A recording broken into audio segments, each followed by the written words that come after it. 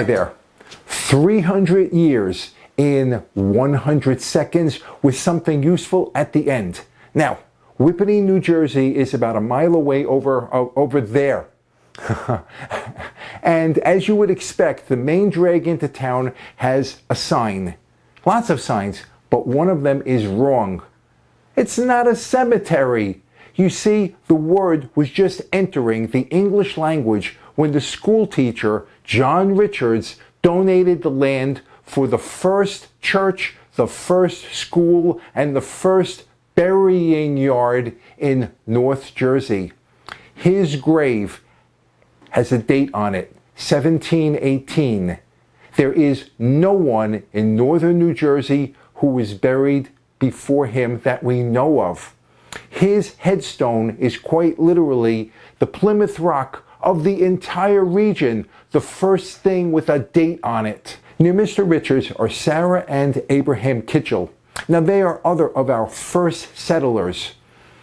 Their family hasn't left town. I actually know their 12th generation.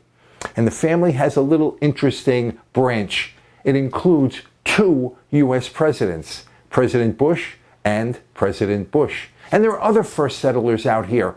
And many of them are known only to God. I mean, they lay underneath the lawn there with no markers. And still other first settlers, their markers are broken or fallen or so worn that there's no inscription that can be read anymore. We're installing plaques to remember those first settlers.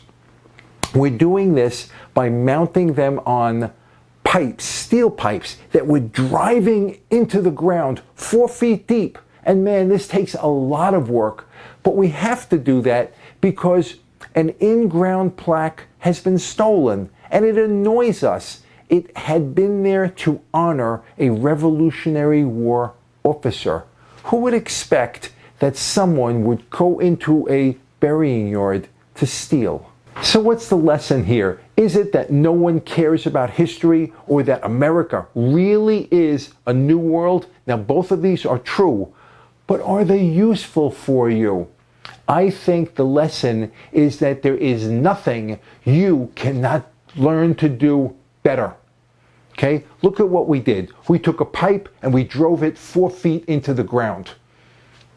What could be simpler? Well, there are various things that can make that job better. First of all, we didn't use a sledgehammer.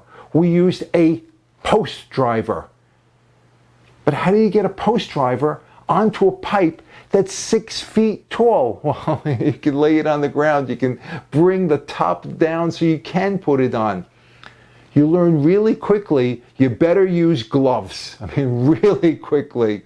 You also learn that ear protectors matter because when you're slamming steel into steel right in front of your face, it catches your attention.